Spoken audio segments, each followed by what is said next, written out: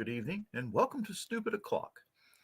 I'll be back in a moment. I'm going to drive over to Joe's house and beat Joe with a wet noodle. Hey, what, John?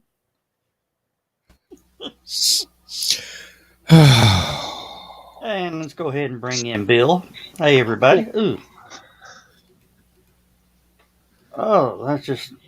Sorry about my messy room. I'm going to get to it, I promise. No, you're not. Yeah. Well, I know I am going to have to because my toolkit for fixing the grill's under there, so I got to get to it soon. Oh. Hey, Michaela. Hey, Sarah. Yeah, Michaela's saying, hello, my dudes. What's up? You're here, so do we need to say anything? I'm sorry. Hey, Sarah. I said, hi, Sarah. Hi, Sierra. Oh, nosy bitch over here tuned in. I wouldn't put up with one of those things. I'm sorry. I mean, I have enough trouble with the one on my iPad going, I'm sorry, I didn't understand that. And I go, I'm not talking to you. That's the one problem I have with. There's two problems I have with Alexa. One, she doesn't know anything about music. Two, she doesn't get any of my cultural references.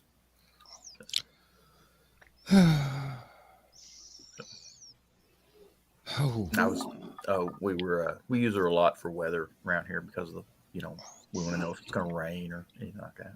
Yeah, it's great for weather because it can give you temperature. Alexa, temperature.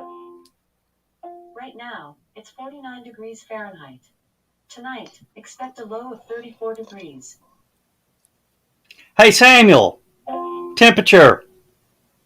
Right now, it's 49 degrees Hey, Samuel. Fahrenheit. Hush. See? I wonder if Sam Jackson has an Alexa with Sam Jackson's voice on it. Yep. Of course, now, who is it? Amy? No. There's one of these new comedians has a voice, and I can't stand her. She's one of the new voices on the Alexa app. Could be worse. What? You could have a Jar Jar Binks app. No. Alexa, what are the other voices you have? I only have this voice and accent for English. Ask her how many voices there are for the. What's the machine called? Options. Alexa, how many celebrity voices are available for Alexa? According to an Alexa Answers contributor, as of March 2018, there were 12 celebrity voices. Did that answer your question? Yes. I'm not going to play with it anymore. I'm sorry. Thanks for your feedback. Thanks for your feedback. Oh yeah, she'll ask you questions about things she answered. That's kind of weird. What was the one would you like to hear would you like to hear a positive affirmation for your lifestyle today? Hell no. I'm still breathing. That's positive affirmation enough. Oh. Not even going to, Dan, we're not even going to touch that one. I was going to ask about chili dogs out behind the Dairy Queen, Not exactly a correct song reference for Joe. One of these days, I'm going to reprogram your Alexa with Fran Drescher's voice. Oh God, no! Yeah, that'll serve you. Especially with the Fran Drescher laugh. Oh God! Have you ever heard her real voice? That wasn't her real voice? No, that was not. That was a character voice. Now, wait a minute. I have heard her voice. She does kind of talk like that now. Yeah, but she really poured it on for the show. Oh, kind of like my Southern accent. It's like me, only deep fried. First movie I ever saw Fran Drescher in, and she was kind of hot in this one, was Hollywood Nights. That defies it. That is my classic. imagination. That's right there. Well, That's right it's there. Porky's. yeah. American Graffiti. Yeah, but her voice is sort of like Bernadette from Big Bang Theory. That girl, she gets that. That's Bernadette. Uh, the Melissa Rauch, however her name is, she has a nice, beautiful, soothing voice. Mm-hmm. I'll take your word for it. Well, if not Cheers, what is it? She going to be on Night Court? Yeah, the new Night Court. Yeah, if that ever gets going, I'm kind of wondering what voice she will use. She'll use her real voice, and it's a continuation of the show. The original. Yeah, she's Harry Stone's daughter. I wonder who his girlfriend, or I wonder who his wife was. The armadillo that was on the shelf, probably. I don't Probably Marky Post. I think they had her going in a totally different direction during the show, but then again, there was that tension a couple times. Well, yeah. Oh yeah, Michaela, I loved it too. It was one of the better sitcoms that was on. It was, and it still holds up today. Yeah, it does. It does. I don't have television, so I can't watch reruns anymore. But I might catch an occasional clip on YouTube or something. Yeah, yeah, it's not even streaming anywhere. Doesn't surprise me. Good shows. It's hard to find them on something that you don't have to pay a lot of money to get a hold of. And just like MASH is not streaming anywhere, which is a shame because I would pay for that. Somebody was talking about watching it just this week. I watch it for free on MeTV, which is over the air. So yeah. And they're back to 6 days now too.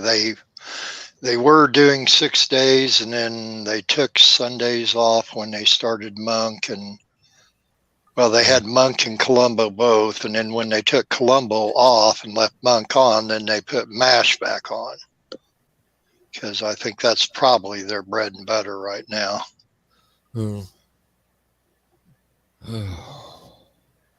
And well, folks, I'm sorry. I've got to explain. If you notice me grimacing from time to time, it's twinges of pain from my left arm. Somehow or another, I seem to have gotten into something that I am highly allergic to, and did not know I was allergic to it, because the only things I've ever had a reaction to in the past were pollen and codeine. So now I've got very painful blisters running up my left arm all the way from my thumb to my shoulder. And if my muscles twitch just a hair. Oh, I understand. Hope you're not getting the shingles. I wouldn't think so. I see a new face here, Cameron Christopher Payne. Welcome. I don't know where you're tuned in from, but we appreciate you. Hope you enjoy the show. Of course, John, I just saw the photos you posted, or the story you posted up of the Russian fighter. Had a road sign stuck in the... They've been flying so low down the highway, he accidentally picked up a road sign on the bottom of his jet, smacked it right with the air intake on the jet engine. I don't know if that's fake or not, but that's looks pretty good. That takes ground hugging radar to a whole different dimension, doesn't it? Well, Russian aircraft are typically designed with heavier than average landing gear, so that they can land on rough surfaces. So they can land on roads and fields and stuff like this. And my guess is that instead of leaving all their fighter planes at the airfields where they can be found easily and hit with missiles or attacked or whatever, they're hiding them out in the woods somewhere and using highways and other roadways to launch their air operations. Yeah. My guess is he did that either landing or taking off. Yeah. Probably landing. And the report says if we fly any lower, they can harpoon us. And he says, I certainly don't want them spitting on us or something like that. Some kid with Dennis the Menace's slingshot takes down 6 airplanes in a single blow.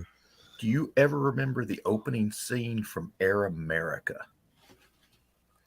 Where they're flying a cargo plane along and they're dropping all this stuff to all the different villages that they're servicing, whatever. And they're flying over this one rice paddy, and you see this old guy, and he pulls out a musket.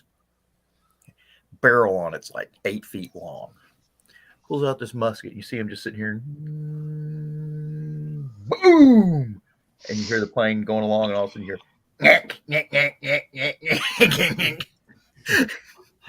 Cameron, no, it looked like the engine was fine. It's hard to tell. It didn't show any damage to the engine, but there was some damage to the air intake. You can see some. Yeah. So my guess, because those, like I said, those planes. Good luck. Those planes are designed for rough landings and airfields and stuff like that. They have screens to filter out crap before, like gravel or sticks or whatever, before it gets to the engine. Birds. And street road signs, whatever, they just happen to get sucked into the engine. If you go to the Stupid O'Clock group page, you'll see it posted there. Sorry, guys. Yeah, Be back. Like I said, I don't know if it's real or not, but let me see. Yeah, I've been kind of anti-news all day today. I've just been too busy with everything else, so I haven't seen a blessed thing. The war could have ended, and I wouldn't have known about it. It doesn't do me a bit of good to ignore the news, because my wife will come back from the living room with her cell phone in her hand and tell, this just happened. Yeah, they did it. I'm going, honey, I don't care. There you go, Cameron. My, oh my. Yeah, it's going to take some straightening out to get that sign back in the road. Yep. No, knowing the Russians, they'll probably hammer it out and use it to replace the body panel that's tore up. Yeah. Hey, it's almost the right color. He's going to keep that sign. It's going to be plastered to the plane somewhere. Or wrap it around a bomb and drop it on the Russians. Yeah. No, it's a Russian plane. No. Oh, that's a Ukrainian? They're using the same equipment. But you can tell by the color that's Ukrainian. Oh, okay.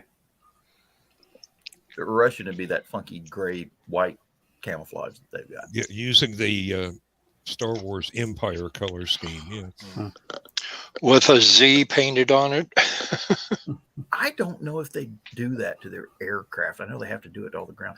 It depends on which direction the military vehicles from Russia are coming. If they're coming in from the south, they've got a V painted on them. If they're coming in from the north, the ones hitting Kiev, they have a Z painted on them. So they're convoy routing markers, basically. Yeah, and target identifiers, because they're all using the same damn tanks, too. From what Lindsay was telling me today, they're all flying white flags at the moment. It's kind of funny. There's a statistic going around. I don't know if it's true or not, but I like to think it is. Ukraine now has more tanks than when they started this war, because they've been capturing so many of the Russian tanks. Their tank numbers have gone up. And they're using them against them. The last thing I read today, and it was accidental, I didn't go looking for it. A Russian unit drove a half track or something like that over a general. Yep, the general's trying to tell him something to get them all killed, and one of the tank drivers said, "Fuck it," and just drove right over the general. And he lived? No. They got him to a hospital in Belarus, and he died there. Jeez. And then they killed Friday night. Friday night, they killed their highest ranking general to date. They killed a lieutenant general. Why does this all scream of Hogan's Heroes to me? I mean, it's like they could update Hogan's Heroes, and I don't know. I keep expecting to have them turn around and go siege of Moscow, the Russian army besieging Moscow. Would not surprise me any. It's about time for that sort of road. Yeah. Well, Hey, yeah, the it's Beatles been had it time right. for it for about 50 years. Well, what I'm ready for is this is the war the A-10 was designed for. Have you seen What? the things I've been posting? Oh yeah. Shows all the A-10 pilots going. You know, it's like, yeah, I'd hit that. Put me in, coach. I'm ready to play. Yeah, this is the war the A-10 was designed for. there's another plane that Europe has. Britain has it. Germany has it. And I can't remember who else has it. I think France has it too. It's the Tornado attack Yeah. plane. Mm-hmm. The main reason the Tornado was created is they've got this big pod they can put up underneath it. And it's a dispenser for submunitions. Cluster bombs. Sort of. Yeah. Could be. The main one they had was called Durandal. That's the only thing I remember about it. But it would fly in low, and this plane was designed for very low altitude operations, real fast. And it was designed to come in real fast and low over enemy airfields, fire this pod, and it would start shooting out anti-personnel mines and runway cratering bombs. Okay. The runway cratering bombs were these huge shaped charges that were designed to shoot craters into the runway. And it would also, like Joe said, cluster bomb, it would also mine the area that they had damaged.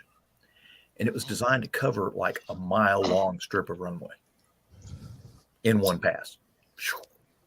And just totally keep that runway from being operated. For a while. Yeah. yeah. Well, be one of those, you go out there, clear runway. Boom. Okay, you go out there, clear runway. Fuck you. We never should have fragged Lieutenant Niedermeyer. That came up today somewhere. Yeah, I know. I saw it. It was in the discussion about the Russian general that got run over. Oh, that was okay. Oh,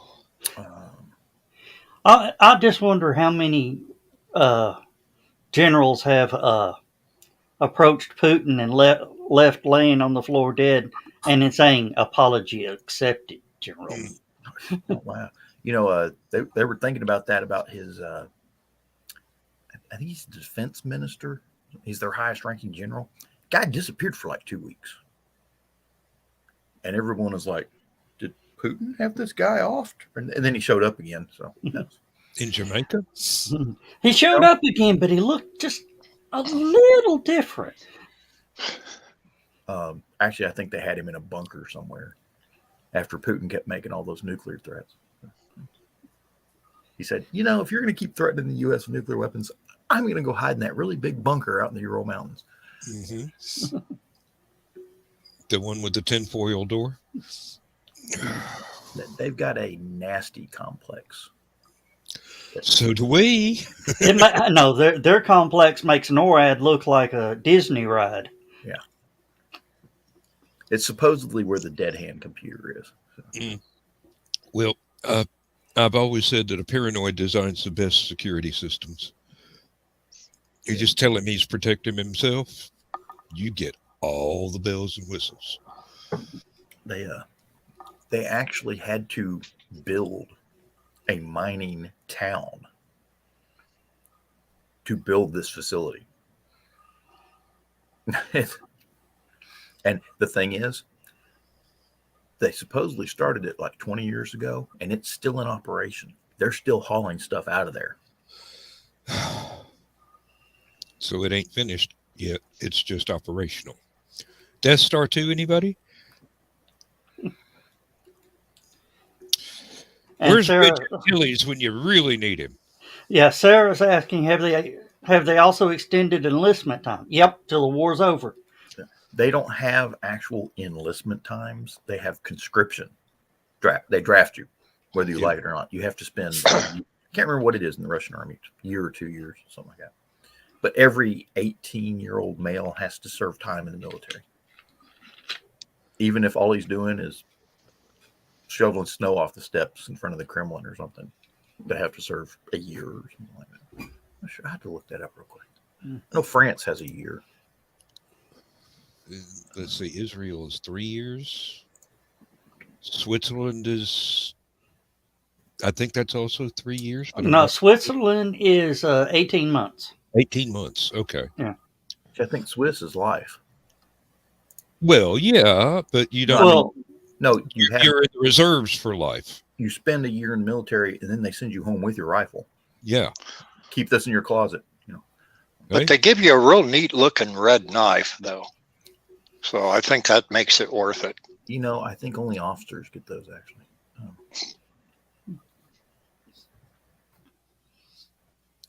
I'm gonna have to find my platform when I finally decide to run for president.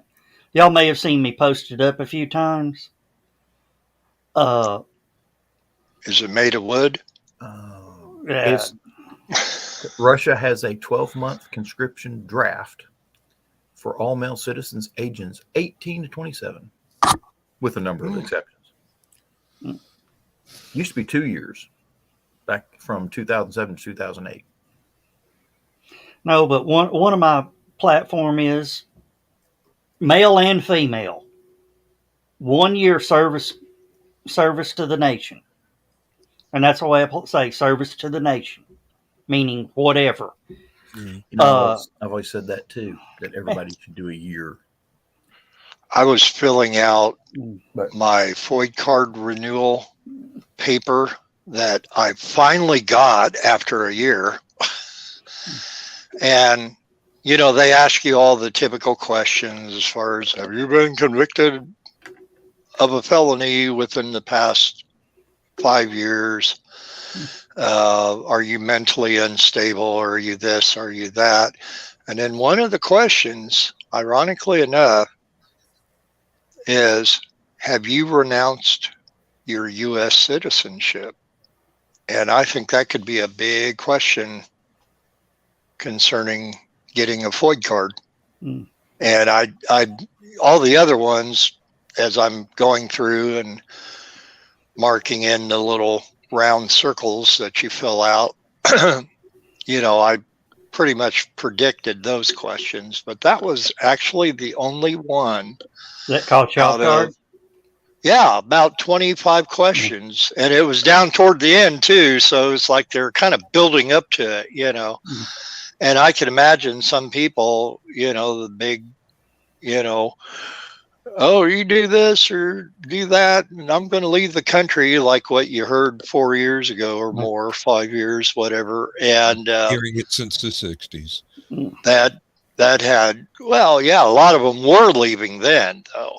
They weren't just, pissing and moaning about it. They were going to Canada because they were dodging the draft and, showing their protest against the war and everything in NAM.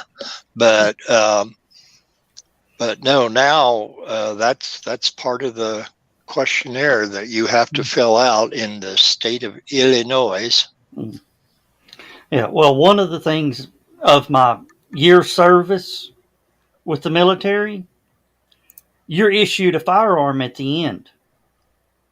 That's your weapon.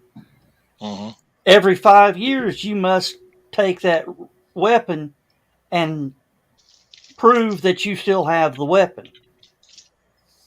You must recertify every 10 years on able to use it. Okay. I was about to ask, wouldn't it be better to recertify one's proficiency? But then you answered that with the second. The Army makes you requalify every 6 months. Well, as they should. Yeah.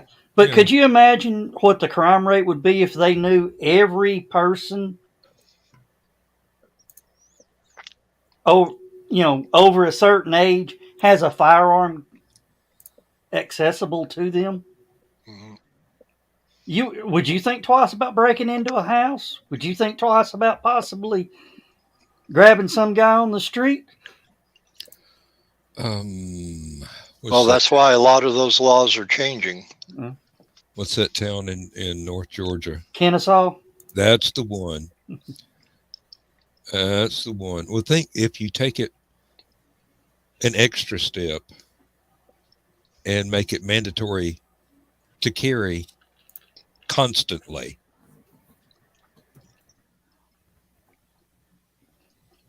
Forever. Yeah. Well, what we see in the westerns about the Wild West, shootouts all the time. No, there wasn't shootouts all the time because people don't want to get shot. Really.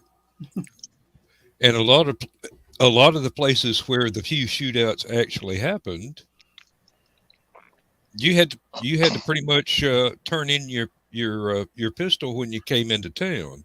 Yeah. What was that?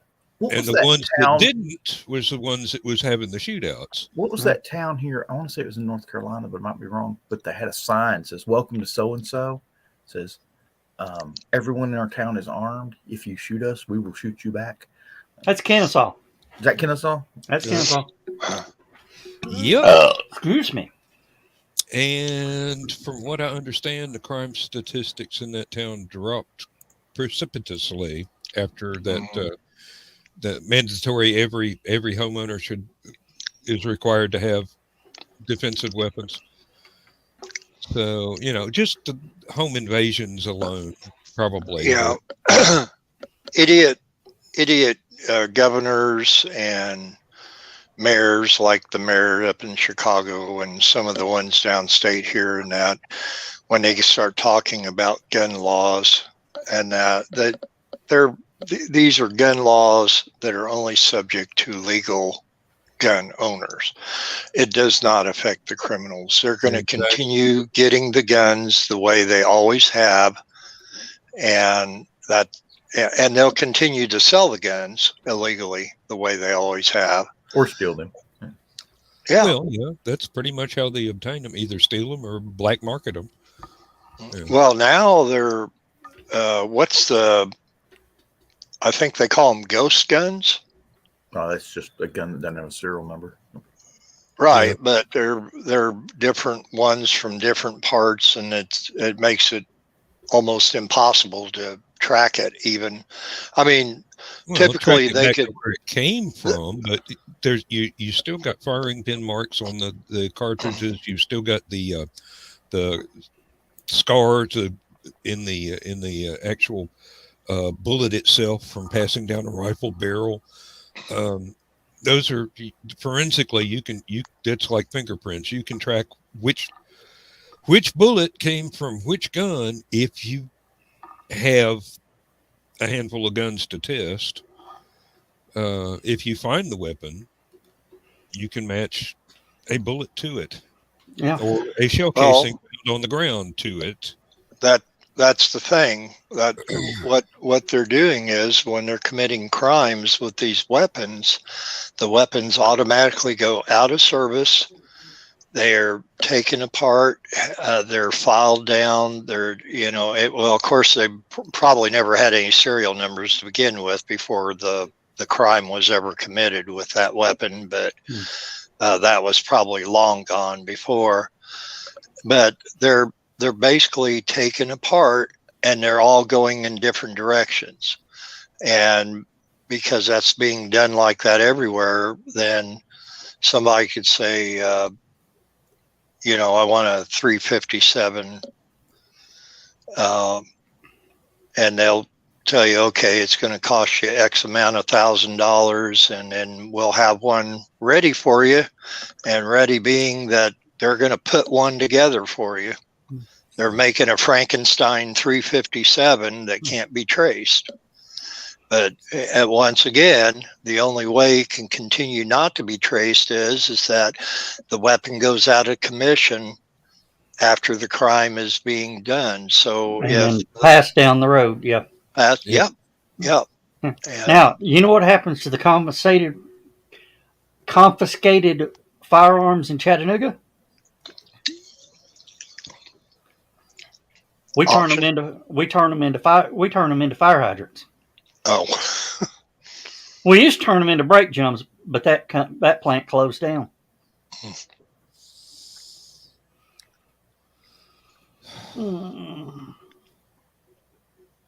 I mean, they've even destroyed historically. What's the phrase, Dan? Historically important Yeah. relics. Yeah. They have melted those down Mhm. because they were confiscated in a crime of some sort. Mhm. I mean, we're talking, the early cult peacekeepers.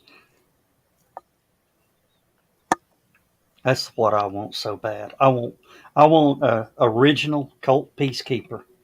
Peacemaker. Peacemaker. Yeah. Peacemaker. Yeah, I had one when I was Heavy. Yeah.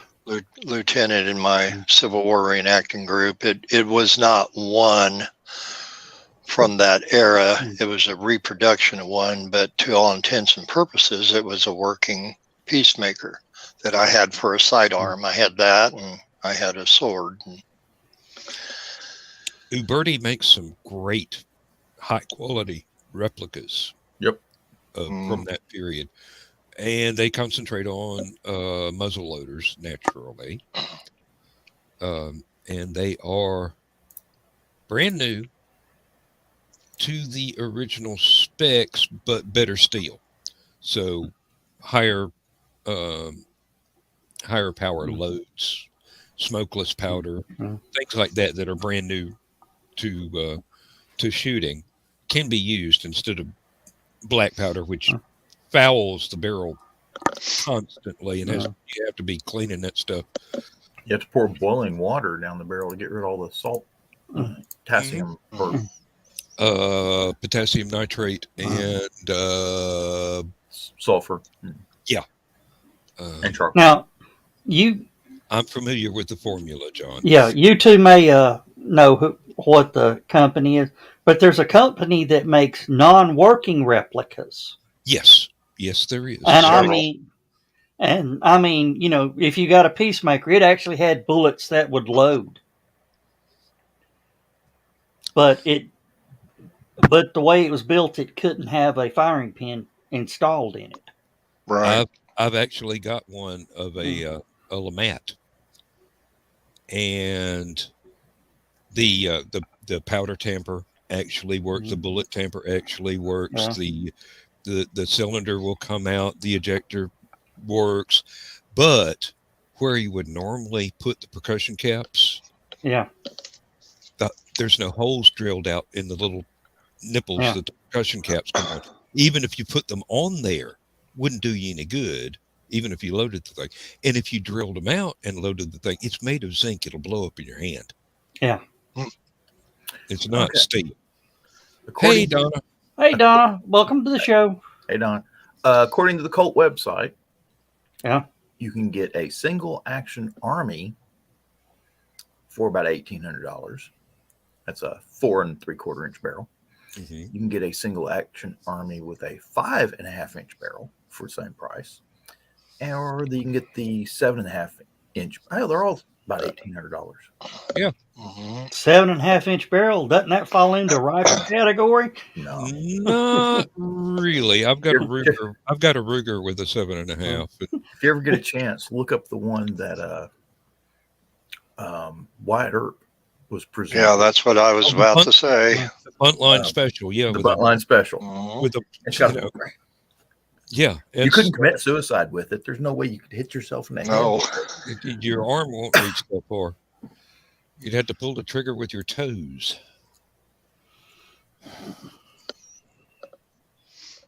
Yeah. There are lots and lots of non-functioning replicas out there you can get for various prices. There are lots and lots of functional replicas you can get for various prices, and then there are the actual historical pieces that you can get if you're really well off. And Sarah just asked a good question. What is single action? Oh, well, if I may, Single action is it's a revolver. No, single actions can also be automatic. You're right. You're absolutely right. It The can 1911 is a single action. Yep. You have to pull the hammer back and lock it before you can pull the trigger, and it only shoots one time. You have to cock it each time you want to pull it. Each time you want to fire it. You have to Double pull the hammer action. back every time that you want to fire it. Right. Double action revolvers and pistols. When you pull the trigger, it will cock the hammer back for you and then fire it. Mm-hmm. So. That's why you see a lot of the movies where the guy pulls it out. Pop, pop, pop, pop. Those are single actions. Right. Yeah. That's why they fan the trigger or fan the hammer like that. And that hurts your hand like hell. I was going to say you have to have developed a callus across here, hard as a brick, to properly do it. Gloves work too. There's a fellow that does cowboy action shooting, and he is the fastest in the world. Fast. Yeah, well, that's the one I'm talking about. Yeah. But there are others that are almost in his league, and they will do the same thing. And evidently, there's a way to just hold the trigger down and fan the hammer, but that only works on guns that have been tweaked a little bit just to make sure that they will do that. A lot of them, the actual mechanics of it will not work that way. So I can't remember he was an exhibition shooter. Mm-hmm. He's long gone now, but his thing was he could throw his knife, draw, shoot, and put the knife in the bullet hole.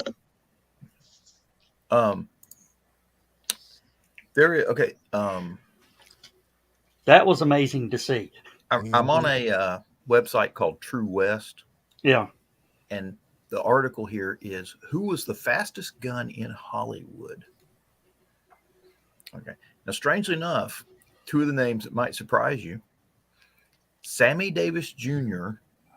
and Jerry Lewis. That I believe. Yeah. Question about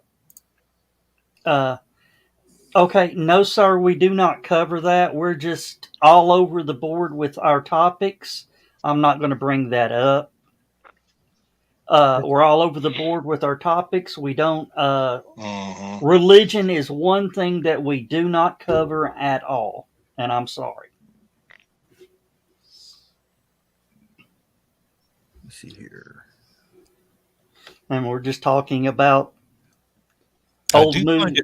I do find it surprising that Jerry Lewis was up there with Sammy Davis Jr. in the fast shooting category there. He kind of had a spastic demeanor about him anyway. I could really almost see that. Well, yeah. Wally Cox, who used to be Mr. Peepers. Hugh Downs, who was one of the early hosts of the Today Show, was one of them. Let's see, Donald Connors, Marty Robbins. Yeah, I knew Marty Robbins. Musician, yeah. Yeah. Frankie Lane. You see, Glenn Ford. Yeah. That wasn't surprising. No. Clu Gallagher. Ernest Borgnine. Gary Cooper. I don't see his name. Clint Eastwood was one of the faster ones, too. That makes sense. Yeah. He got a lot of practice in those spaghetti westerns. Just a little.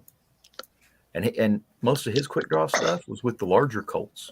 Yeah, like what Joe was talking about, the Peacemakers.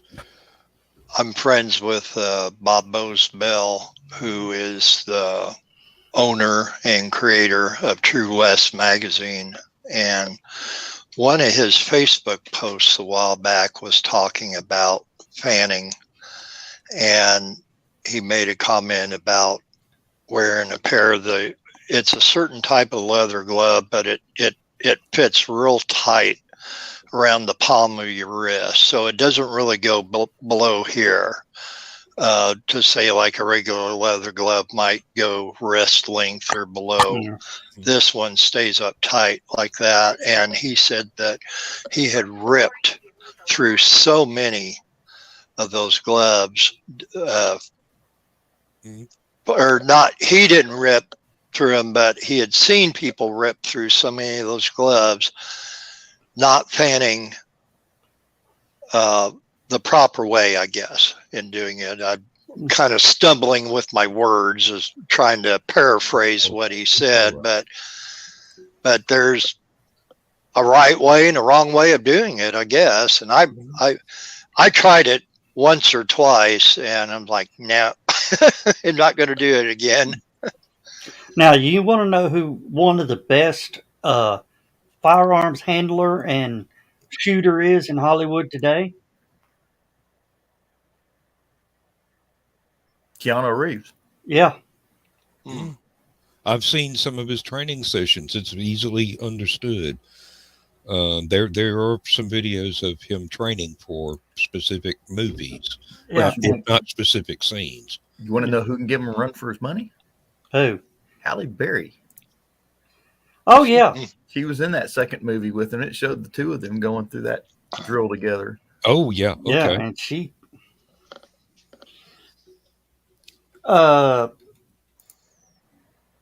this gentleman just asked a good question. Why did Charles Manson serve so much time in prison when he didn't kill anyone? He was conspiracy to commit murder. Conspiracy. He did personally kill someone. He just was never tried for it, and he orchestrated the other murders. Yeah, he was the ringleader. The ring. Yeah. Yeah, if you read that book, Helter Skelter, you would see what the prosecutor went through to prove everything, and it was not easy. And that same book also explains exactly who it was that Manson killed and why he was never prosecuted. Mm-hmm. Thank the Beatles that was the big connection for Bugliosi in proving that Manson was using all this stuff for mind manipulation and anything else you want to call it, that he was, had showing that he had control over the other Manson family members that were committing all the, Sadie Mae Glutz and everybody else that was committing the crimes. And that even made references to, when it came down to the orgies that the Manson families would have, that they said Charlie never would participate in it beyond being in control of it, orchestrating who's going to be with who and doing what. And that was more of a high to Charlie than anything else would have been. Yeah. His whole thing was control. Mm-hmm.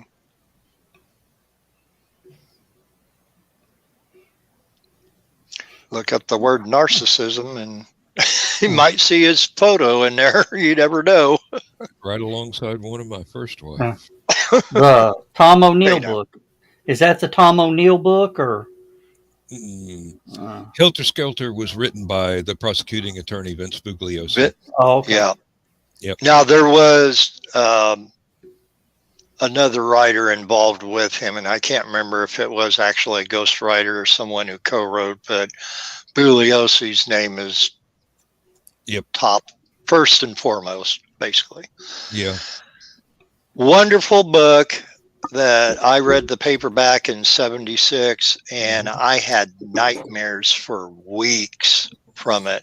And I'm not talking about the graphic black and white pictures in the middle of the book, but just the content. Not the crime scene, but the actual descriptions of what people were thinking and doing. It's better than any horror novel by any means. It proved that people are the actual monsters. Yes. Yeah. Did y'all see? I think I posted it up where in Stupid O'Clock where there was like 100 and something psychologists that studied psychopaths in movies, and all of them agreed that one character in 10 years of psychopath movies, they studied all these only one fit the true meaning of a psychopath. And that was Javier Bardem in No Country for Old Men. They said that was as real as it gets. And another thing that I learned in that Tommy Lee Jones, Josh Brolin, and Javier Bardem never saw each other during the production of the movie. I'm going to take about 3 Okay. steps. Get me another beer. I'm not even All going right. to shut off the camera because I'm not leaving the room. Oh, okay. But yeah, but that was interesting that they were, the three main stars of the movie had no interaction on screen or even on set. It probably helped him to remain in character, I would imagine. Yeah. And Javier Bardem says, I know I'm butchering his last name, but he, up to that point, he's always played the laughing, fun, almost comedic roles. He didn't want the role. And the Coen brothers go, that's why we want you for this role. And he nailed it.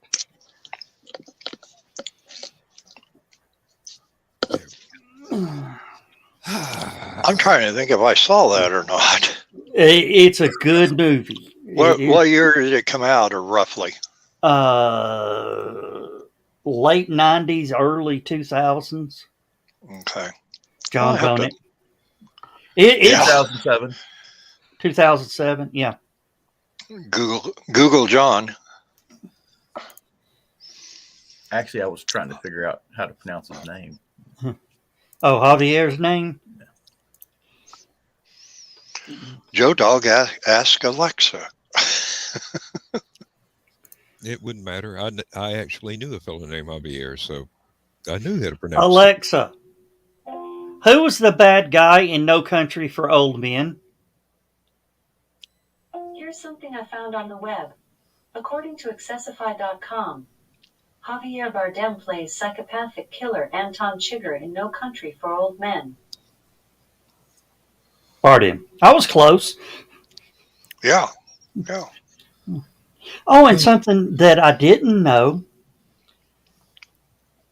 Do you know who Woody Harrelson's dad is? What he's famous for? I used to, but I don't now. He was a hitman. He killed a judge in Austin, Texas. Okay. Yeah. That probably wasn't the random fact that I knew.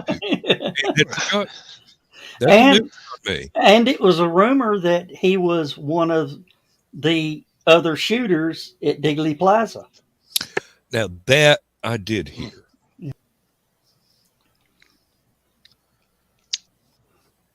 But we all know it was a cigarette smoking man in the water drain. I loved that. I loved that scene where they did the backstory on the cigarette smoking man back when he was a special forces soldier and all that sort of stuff like that. He got hired.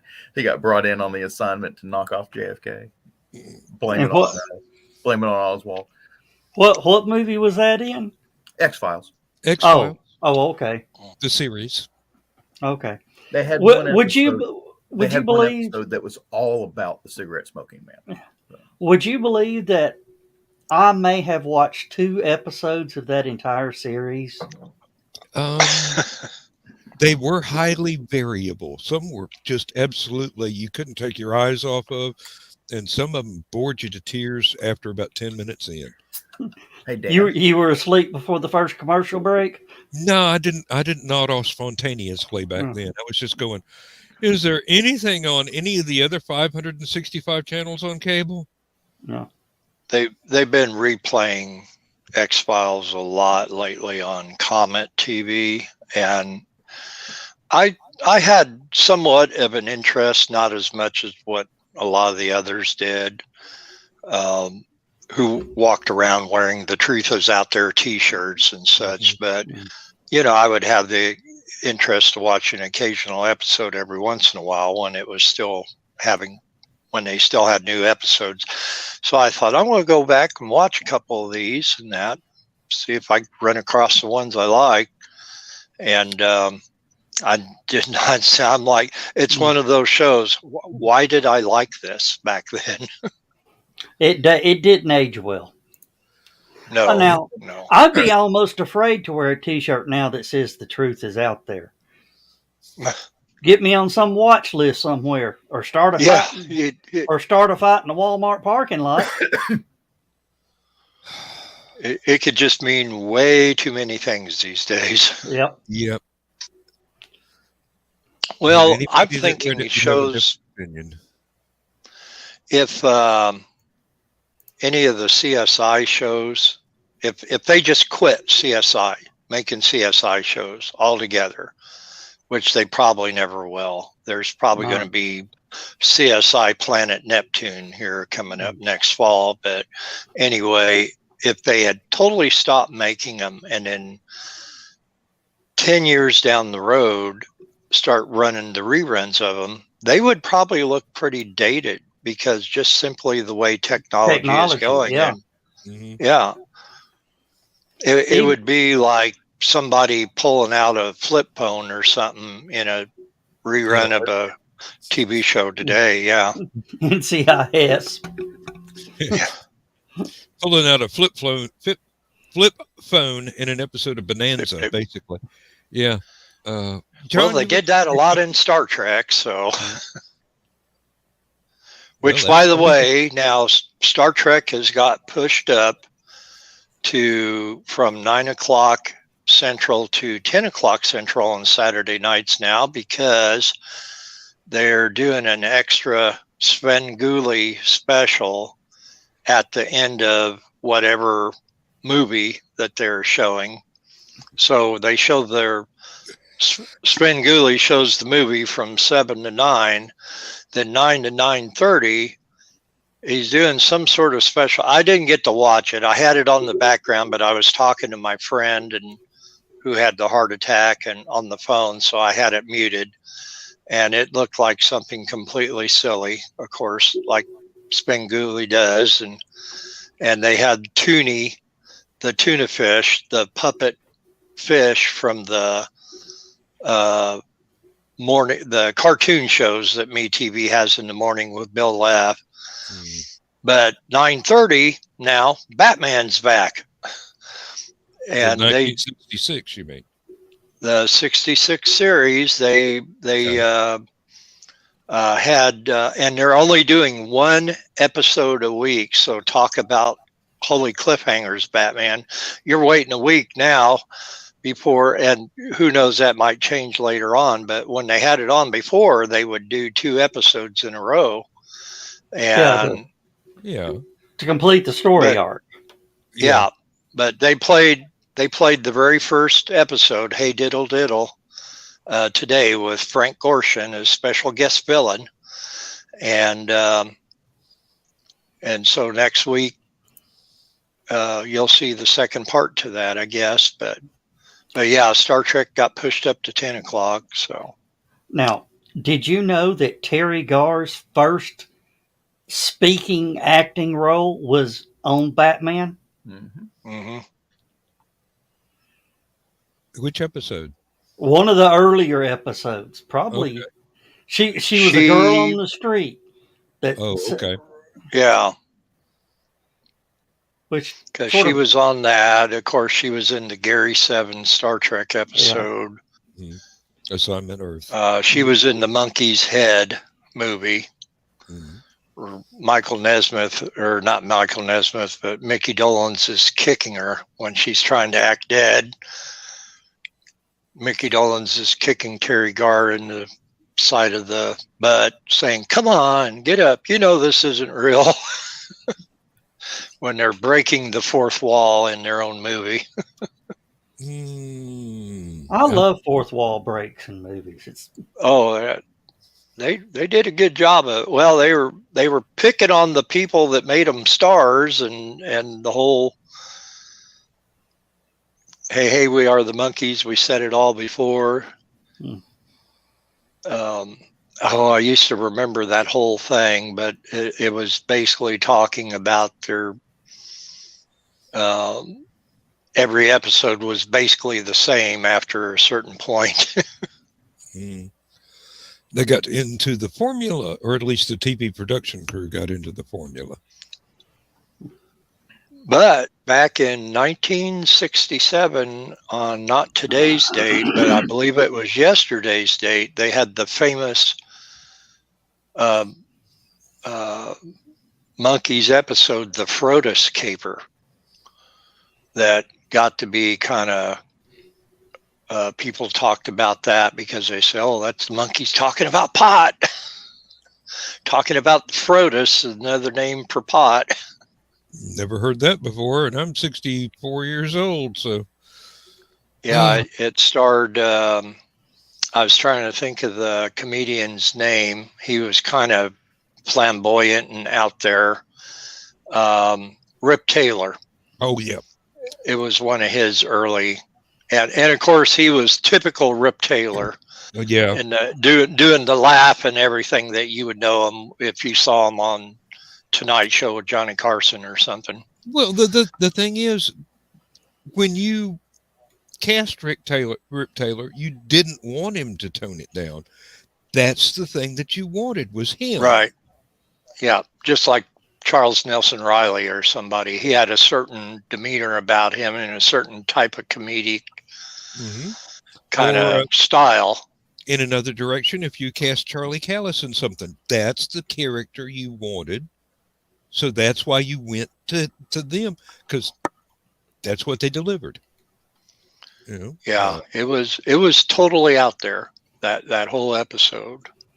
And then of course, as if the episode in itself wasn't controversial enough,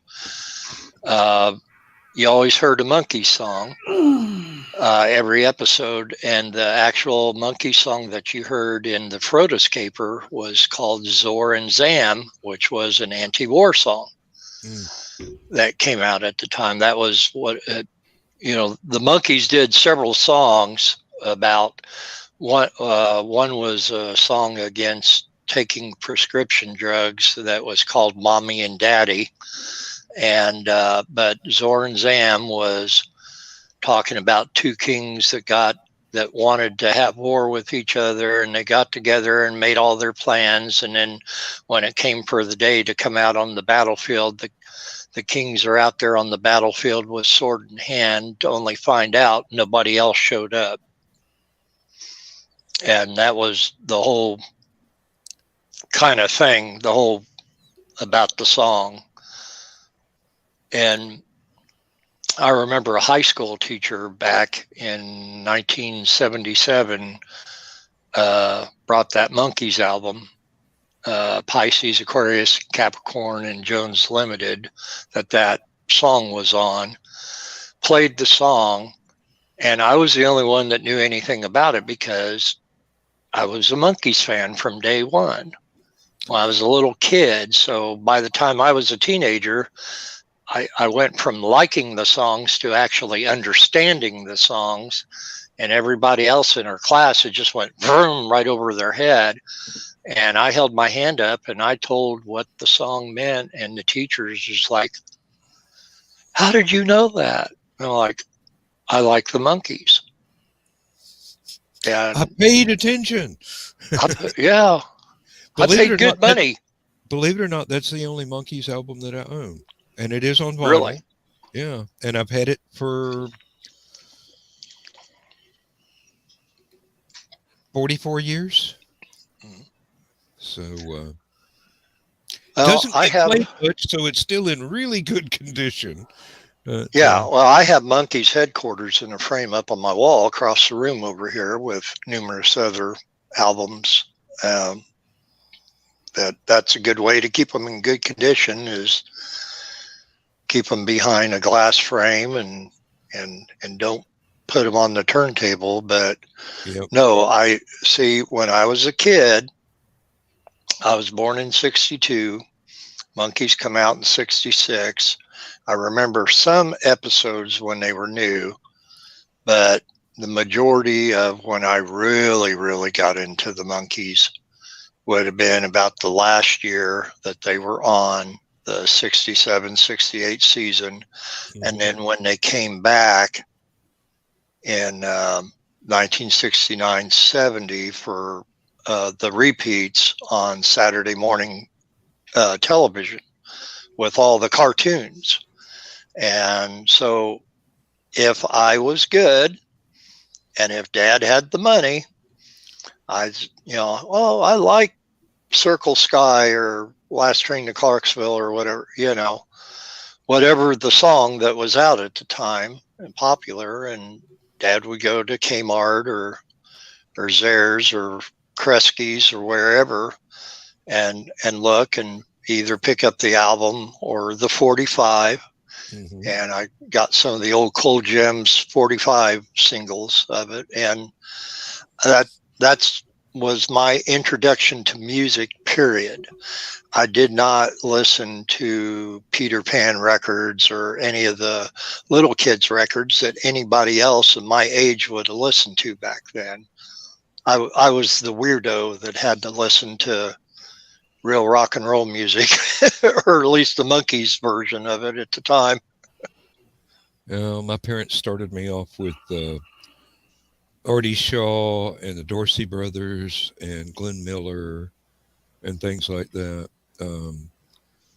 Bill Black's orchestra, which was not an orchestra, it was more of a jazz band, and just a few other things. And we did have a few children's albums. We had the Chipmunks Christmas album, and we had something about Paul Bunyan, and I can't remember the name of the singer. Dennis O'Day, I think. I'm not sure. Oh, Dennis Day, the singer for on the Jack Benny show. Could have been. I didn't. He was he was a tenor, I think. Yeah. High pitched voice. Yeah. He always talked like this, and you'd hear him on Jack Benny, and he was always the foil on there. Used to he was actually. Yeah. He was great. Yeah, him and Phil Harris and his orchestra was the orchestra for Jack Benny. He'd always call him Jackson. Hey, Jackson, what's going on? And just the comedic timing between Benny and Harris and Day and Robinson that played Rochester, Eddie Robinson, and all the rest of them on there. I'm trying to think of the guy who was the announcer, big heavyset guy. Yeah, I can see his face, but I can't remember his name. Yeah, Jack used to poke fun at him all the time. But yeah, that wonderful, wonderful show. And I think we were talking in the green room maybe even last Thursday about biographies. And I mentioned Jack Benny's biography Sunday night at 7, which Jack is a local Illinois boy. Up North Chicago way, and it's a really great story of him coming up through vaudeville and everything. Now, several weeks ago, somebody brought up they had never been exposed to some of the old time TV variety shows. And I was thinking of all the things that I grew up with. I mean, Ed Sullivan, of course, Ted Mack's Amateur Hour, and then there were things like Dean Martin and Jerry Lewis had their own variety show, and it was early enough to where even if you had a color TV to watch the reruns on, it was filmed in black and white. There were some great comedy routines on there, and then. It went on and on and on, all the way up to the 60s, where you started getting Mac Davis and Sonny and Cher and Flip Wilson and people from that time period. Yeah. Pretty much, songwriter thing. The Hudson Brothers. Of course, that The was Hudson Brothers Razzle Dazzle show. That was on a Saturday morning. That was a Saturday morning kids show, actually, and they. I believe that probably hurt their career more than it helped. They had a lot of great music from there. And they did. Because I'm friends with Saturday morning kids show. Right. People didn't take them seriously and put them on the radio. I'm friends with Brett Hudson on Facebook, and he posted a picture saying, having breakfast with the brothers, and it shows all three of them. And none of them, I mean, it's like you couldn't, when I saw Bill Hudson on there, I'm like, oh my God, he looks totally different. But my favorite part of the Hudson Brother Razzle Dazzle show, or Razzle Dazzle Hour, or whatever it was when they would do the skit, Chucky Margolis. And it would be, I think, Bill Hudson walking up to, it kind of looked like a Sesame Street type setting, where he's sitting on this barrel outside of a basement window, and Mark and Brett is dressed up like Chucky Margolis. They're two kids, and Chucky lives in the basement of his house, and he's not allowed upstairs with his parents and his sisters. And then he'll start telling you the story of why he's not up there. And the Mark is his friend, and I can't remember his name, but he's always beating him over the head with his hat or his baseball glove, fighting like little kids. But the stories they tell, he's saying about sneaking upstairs and finding what he thought was a fishbowl, but there were no living fish in there. And you find out by the end of the story, he's describing a bong that his parents had upstairs. And all this is being told on Saturday morning television. In the 70s. But if you get on YouTube, just type in Chucky Margolis. It's just, yeah. Oh, I can. Yeah, that's mid 70s for you. And I can still remember when the actor that played their manager would come out and just kid, and they had to treat him. Oh, the little kid. Yeah, and he'd whip out this, what basically was a cigarette case, and offer them a piece of candy of some kind. No thanks, trying to cut down. Ooh, and they'd all lean to one side. Yeah. I'll be right back. And they did that every single week. You talk about formulaic comedy. They virtually did this stuff every single week. They one of the comedians that started on that show that ended up being popular was Rod Hull and his famous Emu. The guy, he was an Australian comedian who had the big, huge emu puppet. And he was actually later on, I think in the late 70s or maybe around 1980, on the Tonight Show with Johnny Carson. And Richard Pryor was on there just previous to him, no pun intended. But Richard Pryor was on there. So he's sitting in the other side, and they get Rod Hull and his emu on. And of course, the way he does the puppet for the emu, you would swear the thing was alive, even though it was, it's kind of like a big Muppet. And he going after Johnny, Johnny's trying to pet it, and it's like nipping at Johnny and that. But then Richard Pryor all along is sitting on the side, and he's really digging what this guy is doing with this big emu puppet. And so he starts messing with the emu, and Rod Hull just gives everything to Richard Pryor, and they both go toppling back over the back of the couch with their feet flying up in the air, and there's the emu attacking Richard Pryor, and of course he's laughing and smiling the whole time. He's but I mean it like, okay, well, you want to mess with the emu, the emu's going to mess with you, and he was a real, Pryor was a very good sport about it, and it just dropped dead funny. Then there's drop dead quiet. Oh, hey, there's Two Real Geeks. Hey, man, how you doing? Thanks for stopping in. I tuned in on their show a little earlier today. Yeah. Danny. And he's saying, yeah, thanks for stopping in. Yeah. Well, thanks for popping in over here.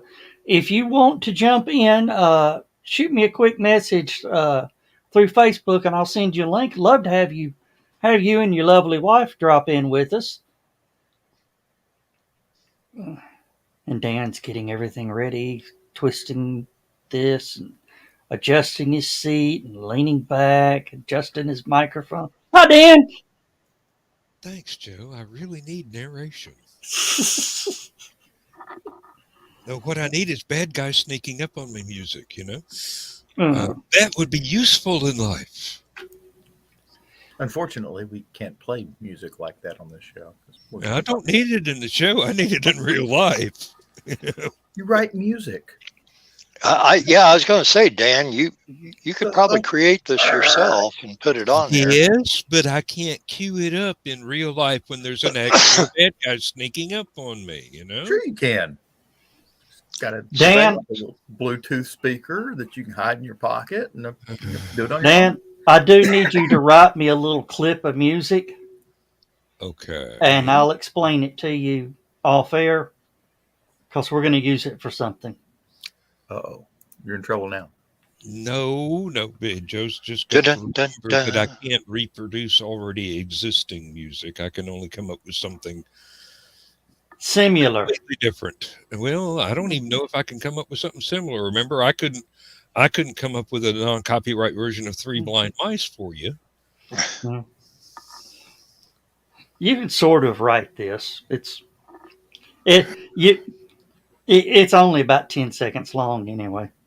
If I've got something that sounds similar in the instrument voice bank, basically, yeah, I could do it. But if I don't have anything remotely similar, I can't create it from scratch.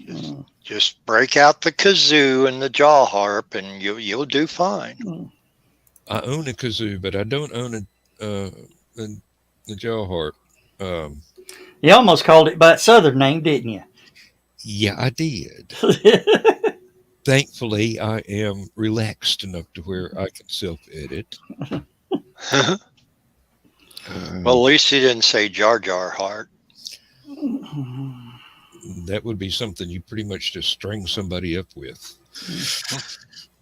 Oh, yeah. I have grown enamored of the theory that Jar Jar was a secret Sith Lord. That was pretty good. Or if you really want to cast him as a hero, a secret Jedi.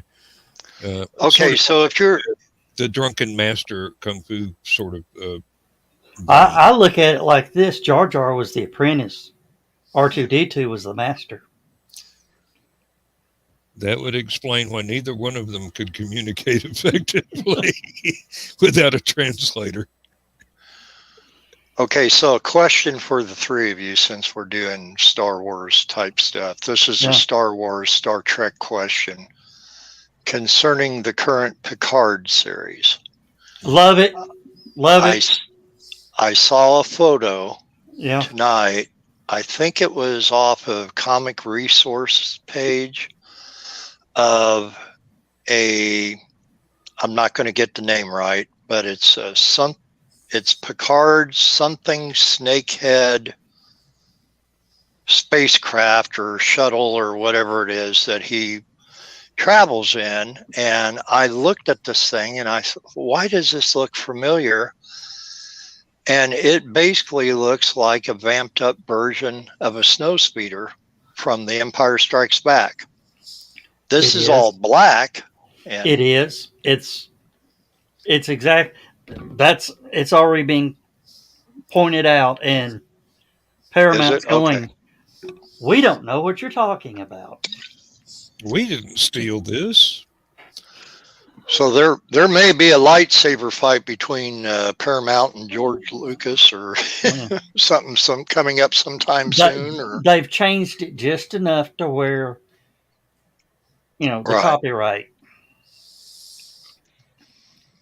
But I think it would have been like if Lucas came out with a new version, or of course the way Star Wars are going is new old versions. That they would probably make it look something like that. But okay, I'm glad I'm not the only one who thought that then. And Danny from Two Real Geeks says it's been pointed out on many different pages already. Yeah. Okay. That's like when some movie reuses a Rick Sternbach model or a Derek Meddings model. They might repaint it and file the serial numbers off, but people that know the work of those artists can pretty much figure it out. And Two Real Geek says it's the Star crossover. It'd be a good comic, Danny, Star Wars, Star Trek comic. I got to ask Danny this. Did you laugh at that scene after the opening credits of the last version of Picard? Because I was in the floor.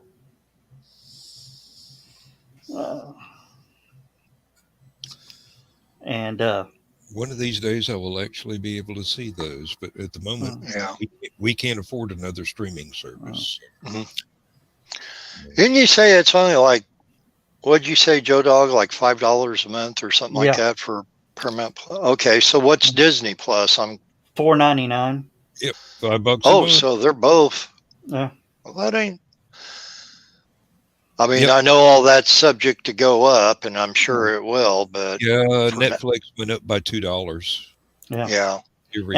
And I am now contemplating ending Netflix, because that's.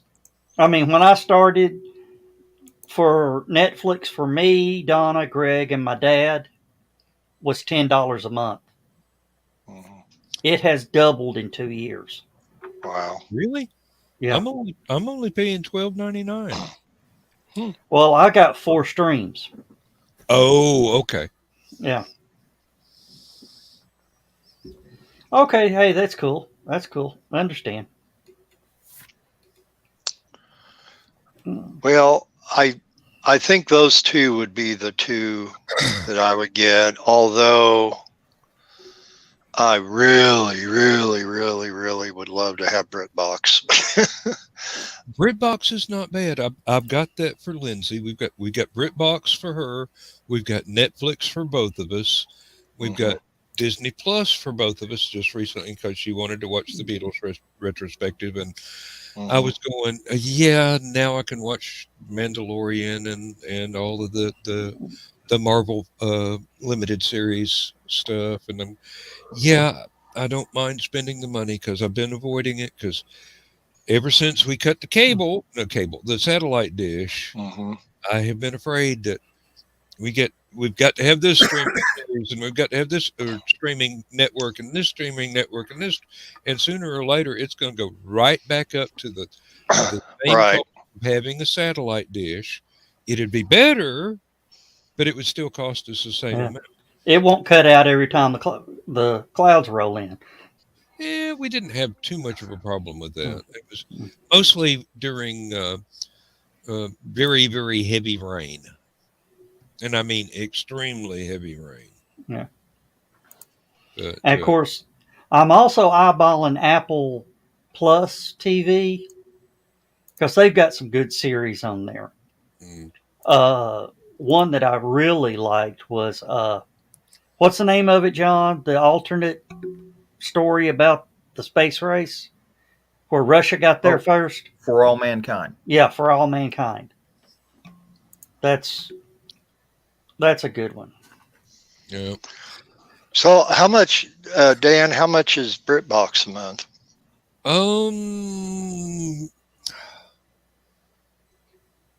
I don't really remember. It's under $15.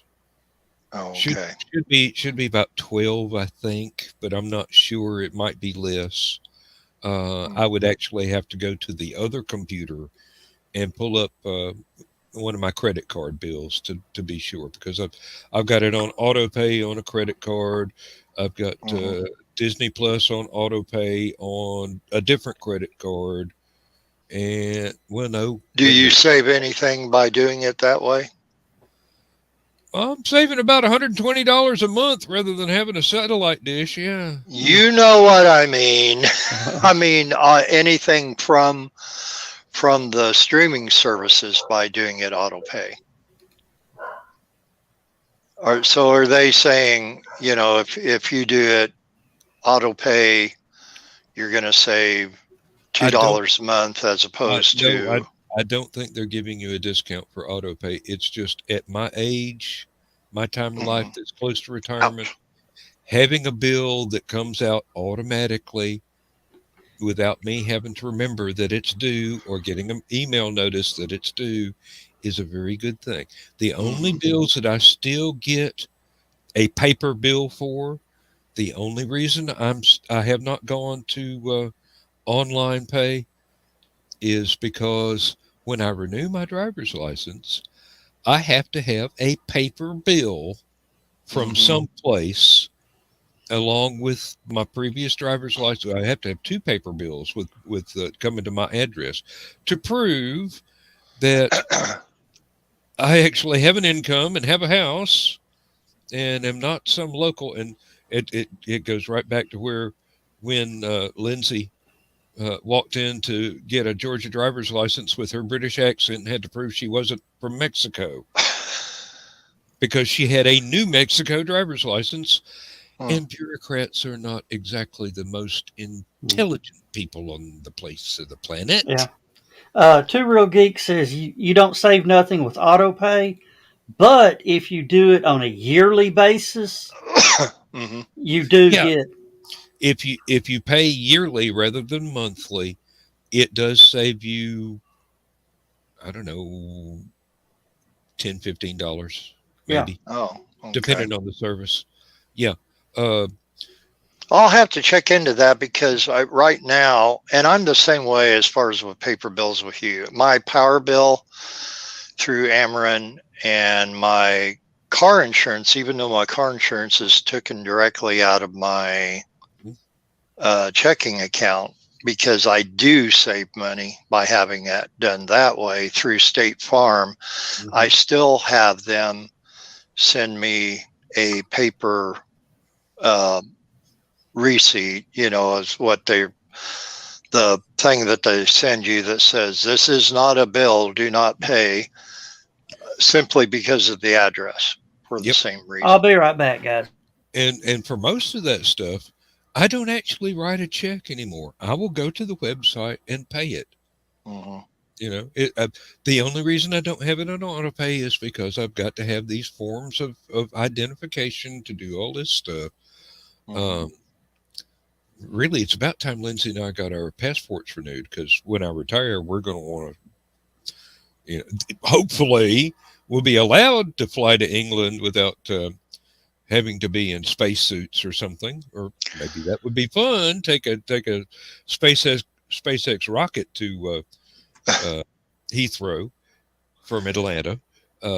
We could do that. I'd be all up for a 15-minute suborbital hop, you know. I had to go to Walgreens to get a couple 2x2 passport photos because on this void card renewal application, you're supposed to, even though in the state of Illinois, they will use your photo from your driver's license, they want you to send a current photo to show that you're who you are. as far as, answering all the stupid questions. And at the $16 is all it cost me. Well, yeah. At the time that I got the passport photo taken, and it was at CVS drugstore, I do believe.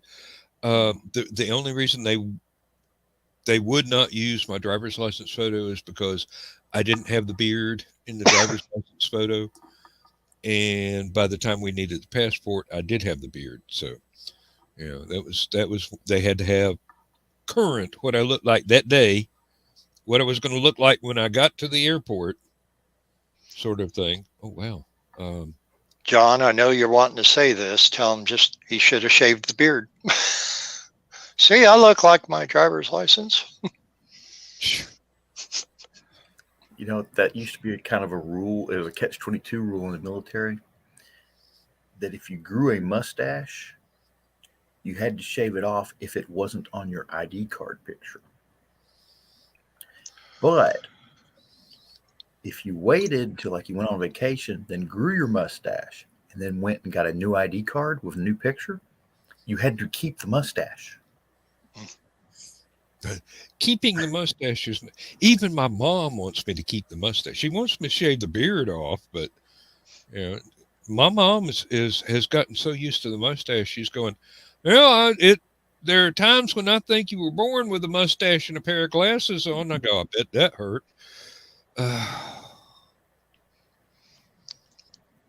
Well, probably for about 20 years, I don't think either one of my parents knew that I still had ears because of the hairstyle. Of course, back in the 70s, so I had that Keith Partridge shag, and nobody saw my ears for quite a while.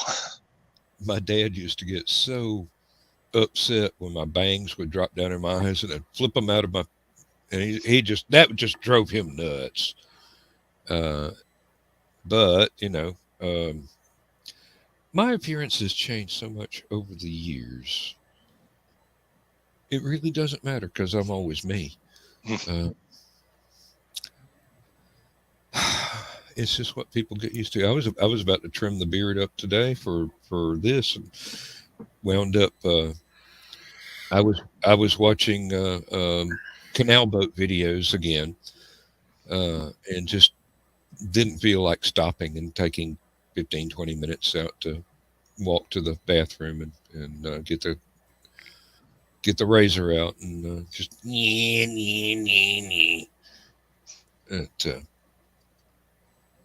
it's about time. It's starting to get to be difficult to get it to conform to what I want it to look like. So, well, it's going to be springtime, see, and warm weather's coming, and so probably for you, it still feels like winter here right now, but it's supposed to warm up this week. Oh, believe me, anytime it gets under 70 degrees, I need to put on gloves and a coat. I'm that cold-natured. People make fun of me, and I can appreciate being the butt of the joke because it is true. When other people are wearing T-shirts and short pants and sandals, I'm still wearing an overcoat, Sound like Laura's dad. He's eternally cold. She's eternally hot. I'm somewhere in the middle. We get to go back up there next Sunday. We took a week off, so that's why I'm here this week. So I'll be here next Thursday for hopefully both shows, but I will be MIA for Saturday for next week. Right, understandable. The operation date's getting closer and closer, and you got to take care of family obligations. Yeah, and it's going to be interesting, and I know God's going to get me through this and do what I need to do for them. And even though I want to hide under my bed and weep like a 7-year-old girl, I know that I won't be doing that, so I'm just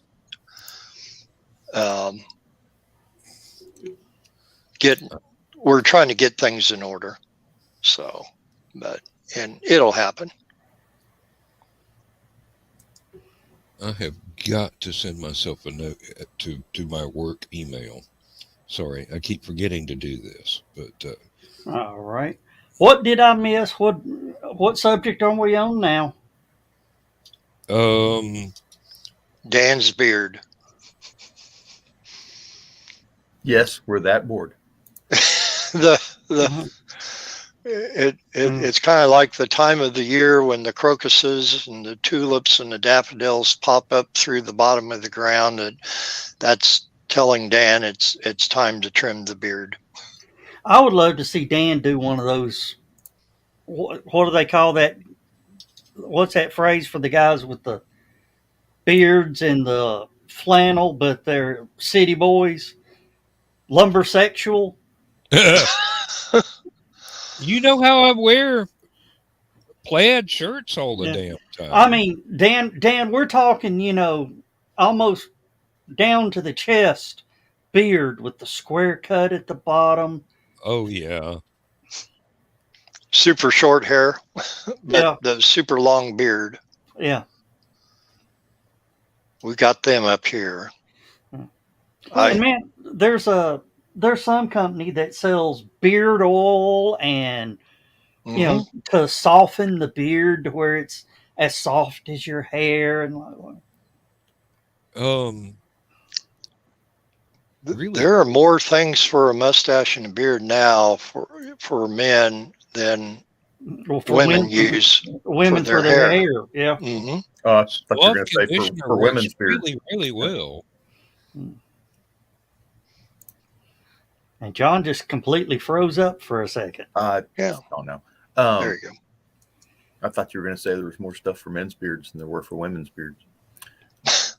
Well, that's true too. No, the women just shave that beard off now. I'm not sure I would have told that one, brother. Strange enough, you're talking about all the beard oil and beard, mustache wax and stuff like that. Yeah. They have a display of that stuff at the checkout aisle at Ace Hardware. Apparently, they know their market. So. Yeah. Manly man with a manly beard and whatever. Oh, Daily Wire. The guy from Daily Wire has started his own razor company because Harry's got political with them and withdrew because of their overly conservative attitudes. So he's doing a commercial now. You'll see it eventually. Randy Shavers now. And who was he mad at again? Harry's.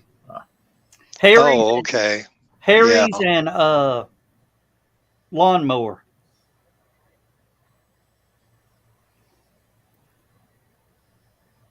Harry's is a pretty big company too. Yeah, they pulled their advertising from Daily Wire. Yeah. That's not going to work. I got to figure out how to import my address books and stuff from the other computer. Uh-oh. It's all right. I don't use email on this computer. I've got it here just in case, but it's totally different setup. Even though it's the same program, it's not set up the same way.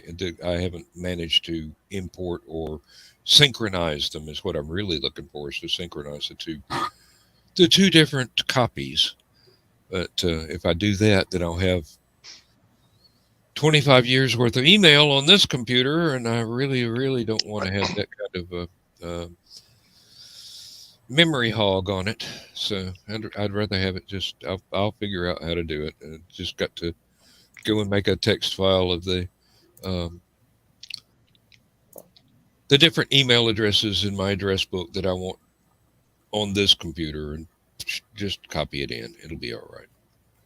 I will get to it later. But no, I was just reminding myself that I have not gotten my rooms for HallowCon yet, and I really would like to, and I keep forgetting to do it while I'm at work, which is the only time of day the hotel is open to take reservations. So. Actually, if you call and a girl answers, ask if it's Shelley, Shelly. Shelly will do it. that's my note right here. Yeah. Mm. Whenever I call, ask for Shelley. And if it's a guy that answers, it's Bob. Bob, put me in touch with Shelley because I need something Yeah. done that's going to get done correctly. I'm sure Bob would be really thrilled with that. Well, I jokingly told Chuck and Shelly, we were down there talking. I said, if I hit the lottery and win enough money, I'm gonna buy this hotel and you're gonna be the manager. I told Shelly that, and she went, play, play, play, play. Oh, I think if somebody with the right mind came in, dropped just a little bit of money in that place, Yeah. it would be the perfect small convention venue. The thing is, whoever that did it would have to have the mindset that you don't want it to be a big hotel. Yeah. You want it to stay as small and intimate as it is. You just want a few updates, Improves. features. Yeah. Well, we've got 102 brand new chairs. Okay. Which is, when I say brand new chairs, we're talking in the boxes, wrapped in plastic from the factory. Did I ever give you did I ever send you the application for being a vendor? For this year? Yeah. Not yet. I haven't got it open yet. I'll have it open up Oh, tomorrow. okay. That explains why I haven't done it. Yeah. Okay. Yeah. Lindsay's hoping that she will be able to sell some of the SCA costumes that she's no longer able to wear. SCA, steampunk, excuse me. Big difference. Yeah. Totally different era. we need some costumes because, I mean, usually when we have a costume vendor, we have a lot of costumers that year. They don't show up costumers, but by the time they leave, they are. I mean, a lot of the costumes get used day of purchase. Well, like I said, Lindsay has put together some really fantastic stuff that she's wanting to clear out of the closets now. And I mean, there may not be that many, but they're very well done. And I'm sure she's going to keep the stuff that is actual period antique. I mean, she's actually got a cotton blouse from the 1800s that she's not going to part with. No. So some of the other stuff she will, corsets and stuff like that. I mean, she's given up corsets for Lent. And in this case, it's permanent. So Champaign used to have a lot of vintage clothing stores around town, and I remember one next to one of my favorite bookstores that had a lot of used but antique books. It was called the Jane Addams bookstore.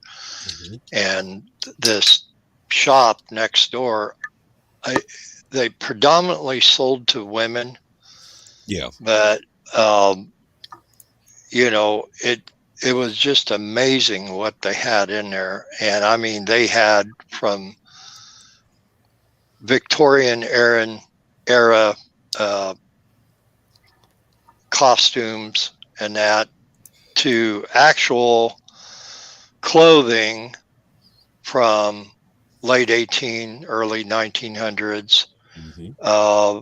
they had one whole room that was nothing but 50s and 60s era clothing, men and women both. And I mean, it wasn't something that was just pulled out of somebody's attic after they passed away or anything. That somebody had went to a great amount of detail of gathering these articles of clothing together and putting them all with their like-minded other ones. And these people were making a mint off of selling these clothing. I wouldn't doubt it. Lindsay and I, last time we were in England was like 2011. We went into a shop. It wasn't a commercial shop. It was like a secondhand store over in Southsea, which is quite close to Portsmouth, like across the bay from Portsmouth. That's extreme southern England. And we were walking around into there, just we had been walking around the town. She was showing me all where she used to go to church, and that was where she was living with her first husband, and that was where they got married, and all this other stuff. And we went into this place, and I swear, you could have outfitted the original Sergeant Pepper's Lonely Hearts Club band with some of the uniforms that were in there. Adam Ant must have shopped there several times, because there's some of the stuff that he was wearing in his videos in the 90s that were actually in the darn thing. Yeah. Or Michael Jackson. No, this is over in England. They did not have any Michael Jackson stuff. No, but I'm saying he did wear some very, most everybody knows him for his red leather jackets and stuff, but he did wear some kind of Sergeant Pepper looking type of clothes when you would see him at the Grammys sitting there with Emmanuel Lewis and whoever. This was 1960s marching band uniforms, 1940s military uniform, all British. No American stuff whatsoever, because it is England, and there was stuff that looked like it went back. Some of it could have been period 1800s, and it was very realistically priced for actual antiques. And this is just the clothing, and it was all in great condition too. And they had other stuff. It was like the old curiosity shop, or it crossed the old curiosity shop with a pawn shop, and you get the general idea. I don't think we ever explored the entire place. It was like the TARDIS inside. You kept walking, and it kept being more corridors. It looked like it was much larger on the inside than it was from the outside. But it's a great little store. Great little store. Had all kinds of stuff in there. I saw lots of things that I wish that I could have bought, but it would have meant packing up a shipping crate and paying air freight to the U.S. And I did not have that kind of money back then.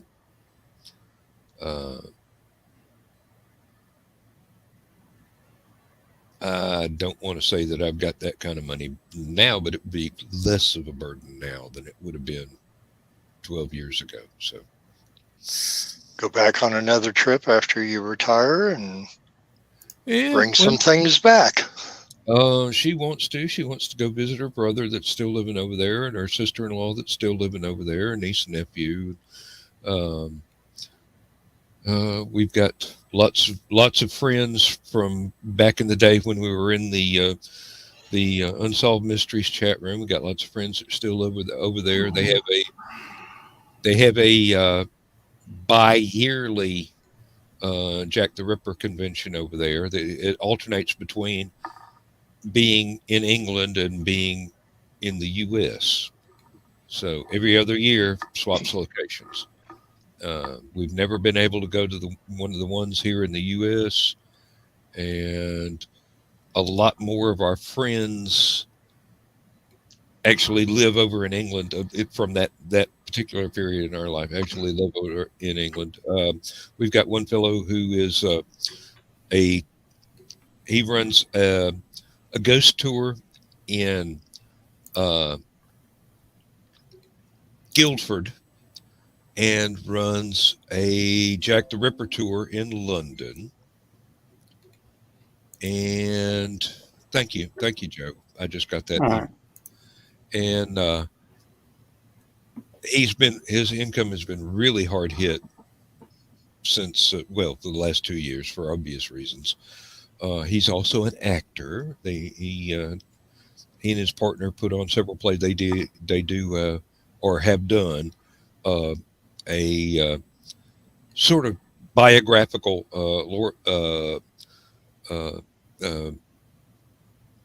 Laurel and Hardy, and they do several other things in the same vein.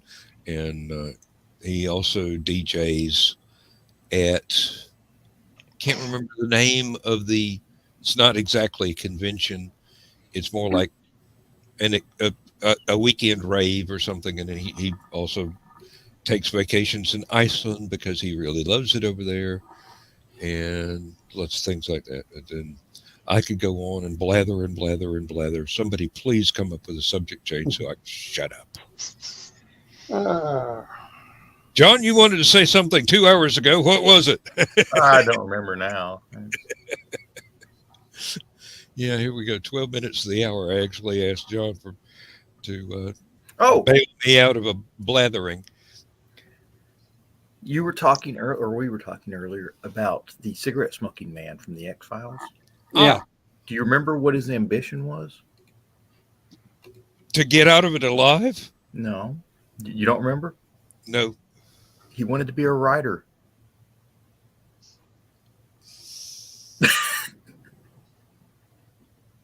He kept working on this novel, some dark mystery novel, and he kept sitting down in front of the typewriter to go work on it. He'd get a few lines and be like, and he'd rip the paper out away. And he, all through the episode, he started on it like 5 times and was like, Yeah, well, when you've led a life like that, it's hard to make up fiction that is anywhere near as interesting as what you are not allowed to tell anybody about. Ooh.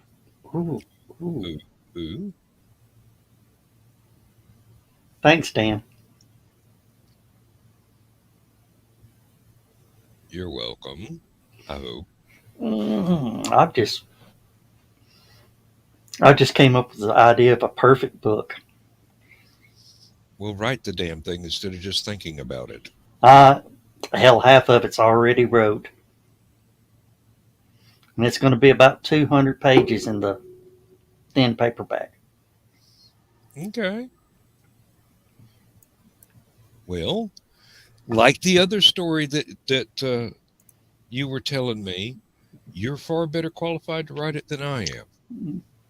See, like Michaela was talking about last night, when her friend hits a bump, she just sort of pushes her over. That's all I need, somebody to push me over some of these, hills I've built in front of me. Yeah, somebody to kick you over a roadblock. Yeah. Either that or come in with a dozer and sort of clip. I'm pushing with a D8, and I need a couple D4s to sort of smooth out the path. Yeah. Sort of, I got a big pile in front, and a couple D4s making some quick passes could help me keep going. Unfortunately, I'm just a D9 sneaking up behind you going,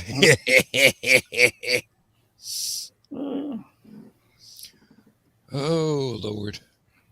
Yeah, the inside of a writer's mind is really spooky sometimes. No, I'll tell you about it off screen, but I got the perfect idea and you just gave it to me. Well, good. Now write it. You keep featuring all these creative people, but you never give yourself time to be that creative yourself. It's about time you did. And if anybody knows me, they'll buy the book, they'll look at it, and just laugh. Do you remember there was a book by TSR Hobbies, same people did the Dungeons and Dragons books. Mm-hmm. There's a book by them. It was called Bimbos of the Death Sun. Yes. And there was a sequel, Zombies of the Gene Pool. Sharon McCrum, she usually writes really spooky Appalachian mysteries and whatnot. This was it was a murder mystery that took place at a sci-fi convention where the guest of honor was murdered. Okay. And if you ever read the book, okay, and if you're old school sci-fi convention going person, you recognize most of the characters in it. Mm-hmm. Even you recognize the stereotype of people that you actually no. If you know who was written about, it's kind of it's almost a tell-all book. I wasn't around back in the day, so I wouldn't know actual people, but I have recognized in both books, I have recognized the stereotype of people that people I know would fit into. And I can only show this for about 5 seconds, so read fast. You everybody ready? That's too long to read in 5 seconds, Joe. Yeah. Why don't you just read it out loud? Real fast. You don't have to worry about that way the picture won't give away the joke.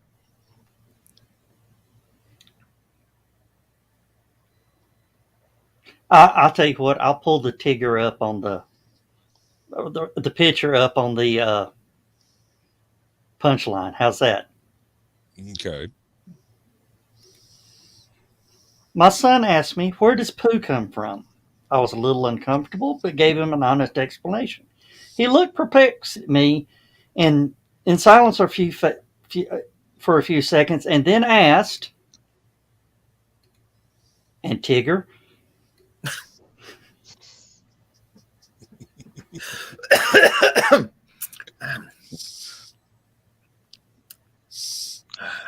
Yeah, I've seen that one before. That was a good one. I like that one. Mm-hmm. Did you just drop that on your regular page? That made it to Stupid O'Clock. Good. Oh, that went to the Stupid O'Clock page. We need to start pushing the group. Oh, I did both, actually. Oh, okay. I usually, anytime I find something like that, I post it on both. Okay. I never even think about the page anymore. I don't know when the last time I was on it, but I keep posting stuff to the group all the time. Yeah, whenever I get a notice that somebody's posted something, I will go look, and usually I will give it a like.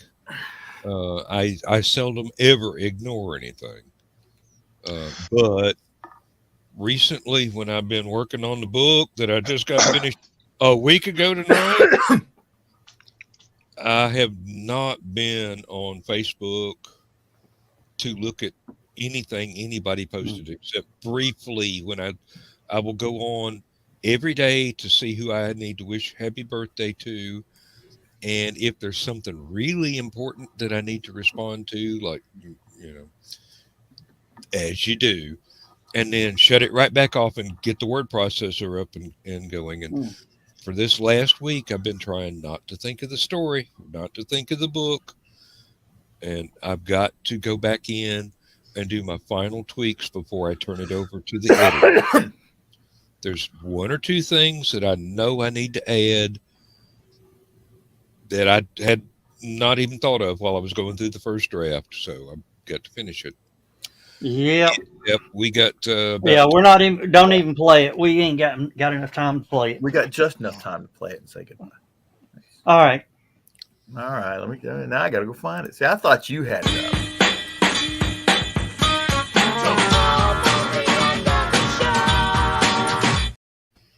Yeah, we're running out of time. Yep. But if you like this conversation, Bill and Dan are headed over to their show, Last Man Standing, on Dan Hollifield's YouTube page and a Facebook page and a Feeling magazine and Rising Tide broadcast page. So be sure to tune in and watch them continue the conversation. I'm going to bed. This old, Wuss. yeah, Wimp. I'm getting old. Old geezer. Yeah, yeah, but it That remark. but I yeah, saw guys, everybody's ears perk up on that last one. thought you was talking about me. Okay, And all here right. I am reaching for the wrong mouse. Yeah. Yeah. All right. Squeak. It's time to say good night, everybody. Good night, Bye, everybody. con Dios, amigos. And thank you for watching us. Yeah. Later, y'all. Bye-bye. Oh, wrong button. Wrong button. Oh, damn. I almost screwed that one up.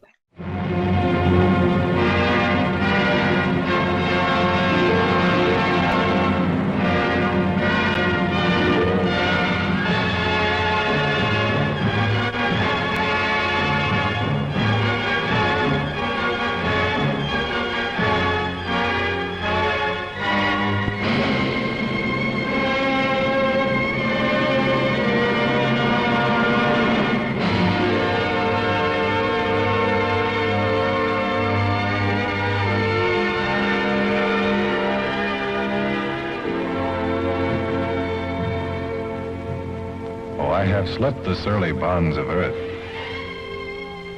and danced the skies on laughter-silvered wings. Sunward I've climbed and joined the tumbling mirth of sun-split clouds and done 100 things you have not dreamed of. Wheeled and soared and swung high in the sunlit silence. Hovering there, I've chased the shouting wind along and flung my eager craft through footless halls of air.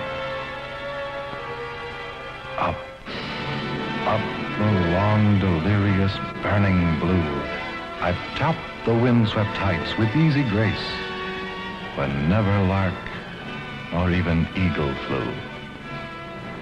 And while with silent, lifting mind, I've trod the high, untrespassed sanctity of space, put out my hand and touched the face